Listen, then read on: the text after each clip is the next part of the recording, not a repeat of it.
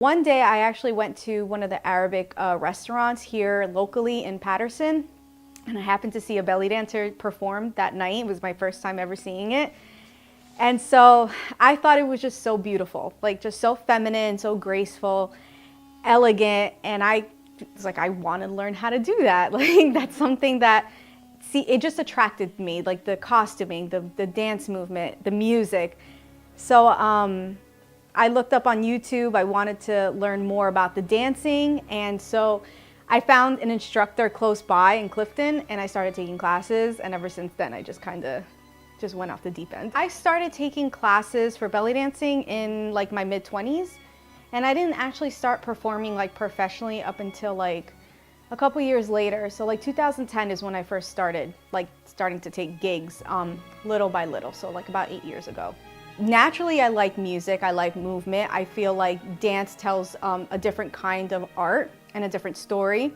And so why I chose belly dance, it's like I said, once I started taking the classes, which were fairly affordable, I knew that I needed to just continue. When I perform professionally, whether I'm at a restaurant or if I'm dancing at a wedding, it is such a different feel for me. Like I'm mentally somewhere else. I'm not just like Linette every day, you know, who goes to school and has to come home and clean and cook and all this other stuff. It's like you for that specific time, within those 20-25 minutes that I'm dancing, I kind of feel like a star, like an entertainer. People are paying me to see me perform and bring them joy. Like to walk away and hear an applause, like I can't even believe that even happens sometimes. So the prep work before I go perform is intensive. It takes time. Usually like if there's an alteration that I need to make with my dress, that is done. I have to do that. Also I have to make sure that the music that I have correlates to my audience. You want to be sensitive culturally to who you're performing for.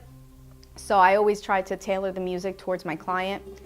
And obviously the makeup, the hair, the nails, like all that you got to look the part. They're paying for you to be a professional, so you need to present yourself in a professional manner. What props you're going to use is really important. I happen to use something called like a candle tray, and it's basically something it's like a tray that I balance on my head, all live candles. Now, some places don't allow fire, so I have to improvise and use something else.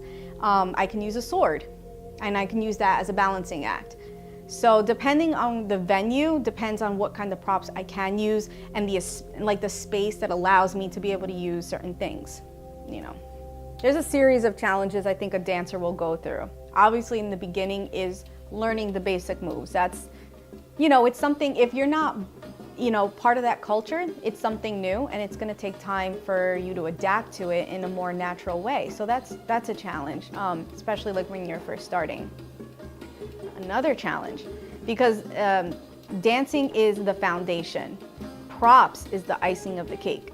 So that was another challenge. Balancing things, learning rhythms. If you're gonna play zills, which is like an instrument that a belly dancer can play alongside either recorded music or a band, that's another challenge. There's a challenge in terms of money, pricing. Sometimes they want to negotiate lower than what is the standard rate for the tri-state area. Restaurant owners, that they themselves kind of want to underpay you. So we're constantly having to fight for our fair pay because it seems like if you're an artist, they think that exposure is pay and that it's not, you know. The one thing that I love about dancing is that if I can just do it once a month, if that, it will leave me satisfied. Dance is not gonna go anywhere, you know? I can dance at home in my basement and practice. It's not going anywhere until I stop, until I make that final decision.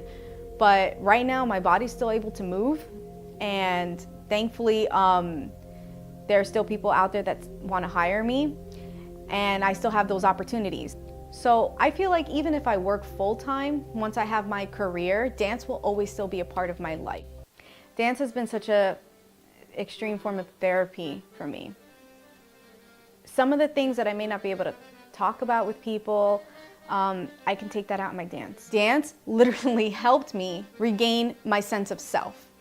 And so what the dance has given me is like so much. It's taught me discipline. It's taught me how to not be afraid to try new things, to have faith in myself. Look what I'm able to create just out of passion and determination. And those are the ingredients to anything you want to do in life. It feeds me.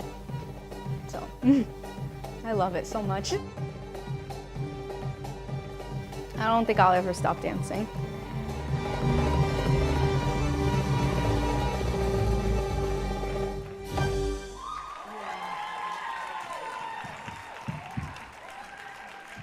That was Linette LaTurka.